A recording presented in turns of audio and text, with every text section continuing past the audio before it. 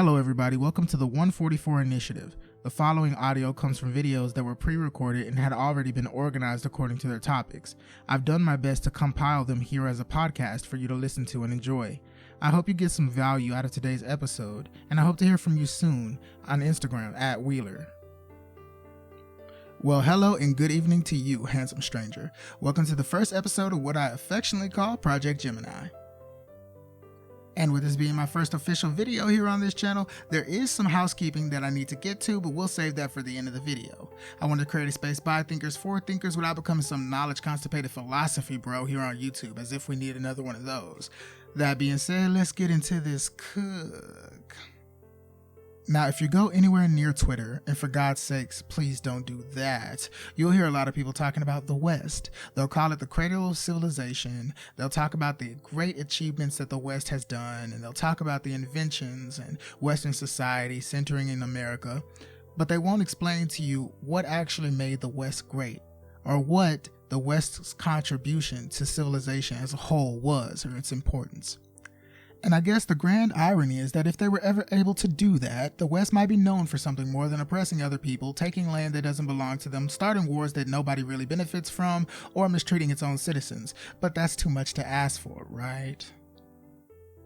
So let's talk about what the West actually is and why its rise to prominence was so important for the human race. And it could get a little bit messy because we all know those people who participate in geopolitics and socioeconomic conversations don't mean the West is in a direction when they say the West in a term. They're just referring to a bunch of countries who have a similar way of thinking and a similar way of doing things that came from a similar history of similar discussions that led us to have similar beliefs. Now, whether we can name them or not, we know that when they say the West, they're referring to places like Western Europe, the United States, Canada, Australia, New Zealand, and a few others like Portugal or Netherlands, Belgium, and things of that nature.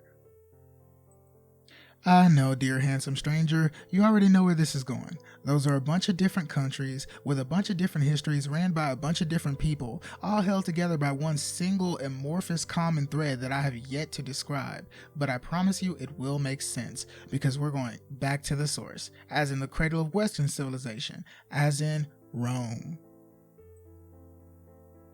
Now, we're not going to be discussing the Roman Empire, where it came from, its geographical region, its history, or its politics, because this is Project Gemini, not Project Capricorn. I have to assume you already know those things. And it wouldn't matter anyway, because none of those things were the reason why Rome had the power that it did. And don't get me wrong, it's not like its perfect geography or its brilliant political leadership or its impressive military might or those sexy men in Spartanware had absolutely nothing to do with Rome being as successful as it was. It's more like the success of those things came from the success of something else. A tool of language.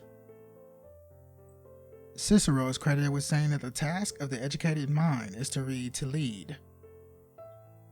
It's difficult to try to put a dollar amount on the amount of money spent in ancient Rome on education, but it was likely a lot. After all, these people did value education quite a bit. There were only a couple of ways to move up in society. One of them involved you being on your back, the other one involved putting a sword through someone else's, and given those facts, reading was the better option. And it wasn't a waste either. Rome did earn a lot from conquest, but it earned even more from the conquest of the mind. Perhaps that's why Rome was as powerful as it was, because this was one of the only empires that sent out intellectuals actively among its people. Because the Romans knew that if you could influence the way that people think, you don't have to worry about them fighting you every 5 minutes. And that is why the philosophers of the day were allowed to spend their time trying to understand and explain the natural world. How else are you supposed to persuade people if you can't do that? And thus, rhetoric was born. Now, ancient Rome isn't the first civilization to discover that you could actually change people's minds without having to poke holes in them, but it is the most influential and the one we have the most historical documentation of. Since Rome was such a political place, rhetoric was quickly elevated to an art form among the social elite, politicians and the like. And since human beings are and always have been creatures of popularity, you could consider rhetoric the Gucci bag of its time. Everyone wanted to have a little bit of rhetoric in their back pocket. And thus, the sport of argument was born. And I say sport because that's actually what it was. Arguments as we know nowadays are just screaming matches between passionate people about things that they know nothing about. Argument back in the day used to involve trying to persuade people to see things your way using logic and reason. And with that, we arrive at the source of Rome's power, and by proxy, the source of the power of the West, the pursuit of truth above everything else, any passionate or personal opinions put aside in the pursuit of a higher truth. And the Romans personified truth in their virgin goddess Veritas, a maiden depicted naked to symbolize the naked truth. So then, what is the truth? We can't really get into anything religious or philosophical because that's not the purpose of this video.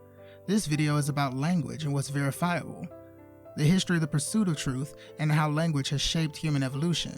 We have to use something a little bit more grounded to get our definition of the truth straight. In his book, Language, Truth, and Logic, Alfred Jules Ayer defines the truth as the following. And this is a direct quote.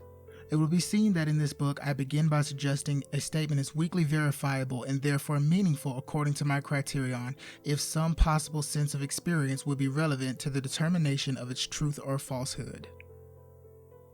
Which is a very long-winded way of saying that the truth is unified experience, the sameness of perspective, something we can all agree is important because that's the way it actually happened.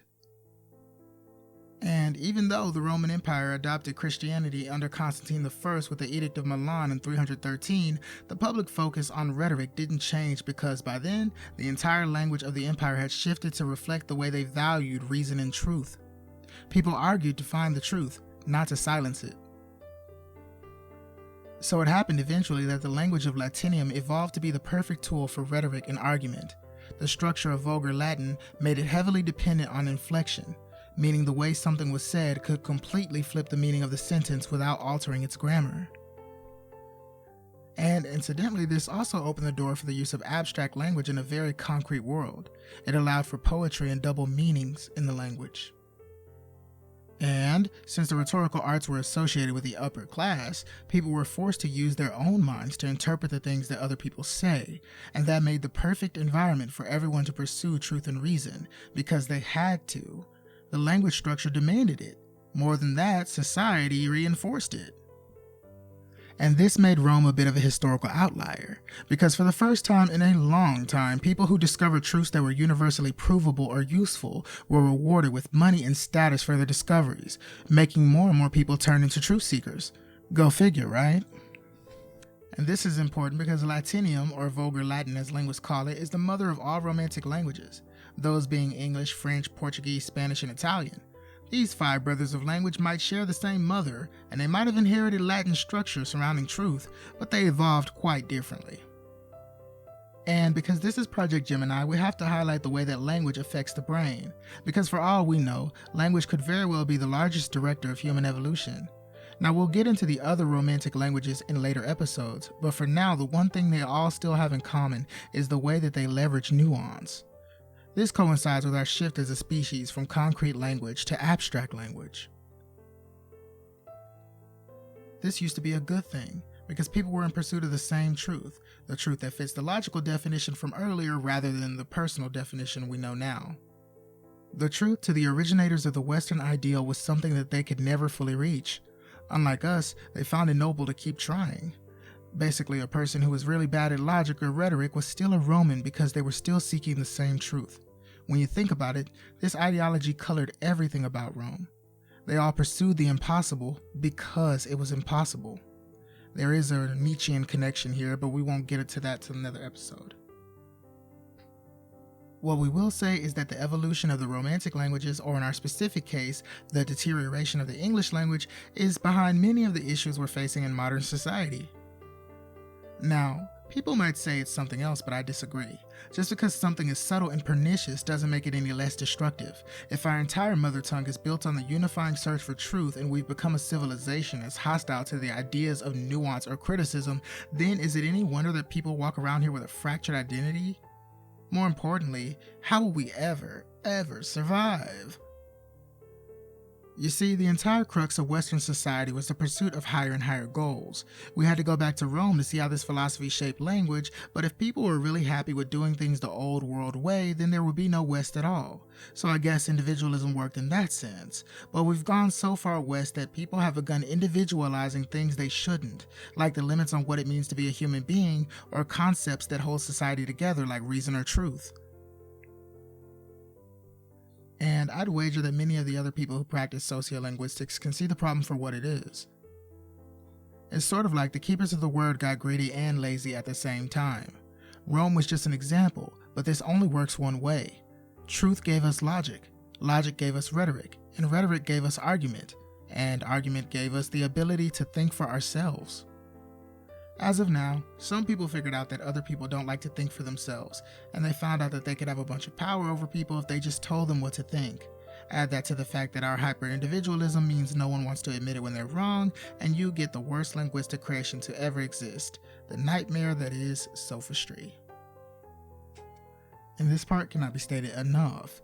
When you hear people say that wokeness or feminism or the national debt will be the end of the West, they're wrong. These things all came from noble ideas that were corrupted by people who used sophistry to do so.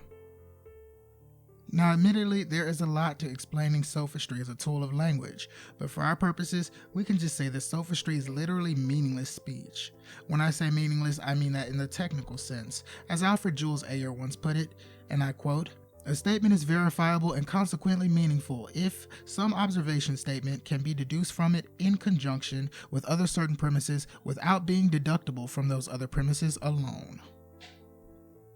Now, this is closer to the Kant definition of the truth rather than the functional definition, but it's as good a place to start as any, because it's still the precise opposite of sophistry, which is a form of labor-avoidant deception. Now, history is similar to modern day on this fact.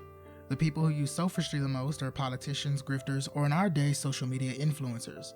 They use sophistry because when talking to the rhetorically unskilled, it's a way of lying without actually having to say something that can be proven to be a lie. Sophistry is worse than outright lies for language and civilization for a few reasons. The first is that outright lies can be disproven.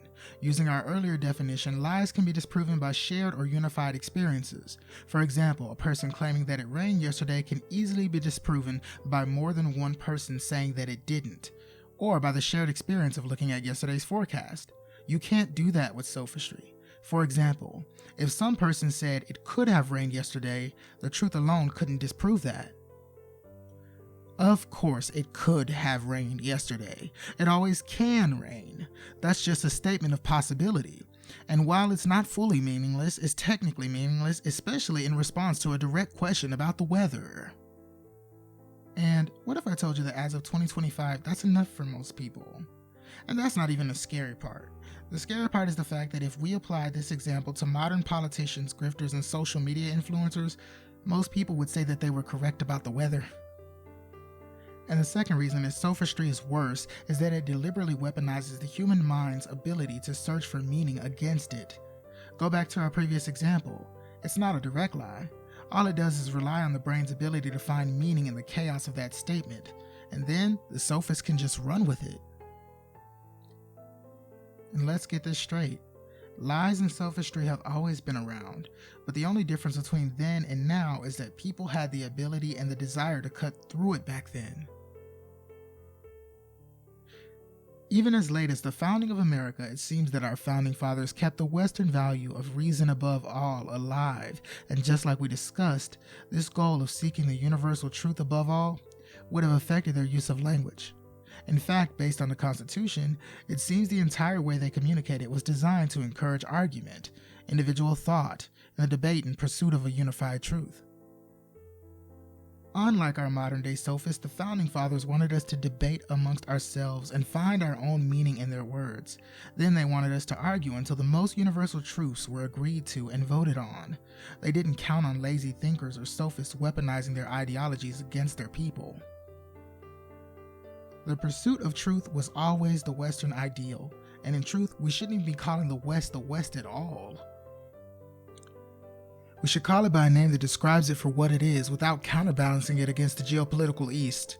The West in its pursuit of truth represents the moment we as human beings started to dream of something beyond just survival. As we grew, staying alive wasn't enough for us. We wanted life to mean something, and we didn't want that meaning to be given us by anyone else.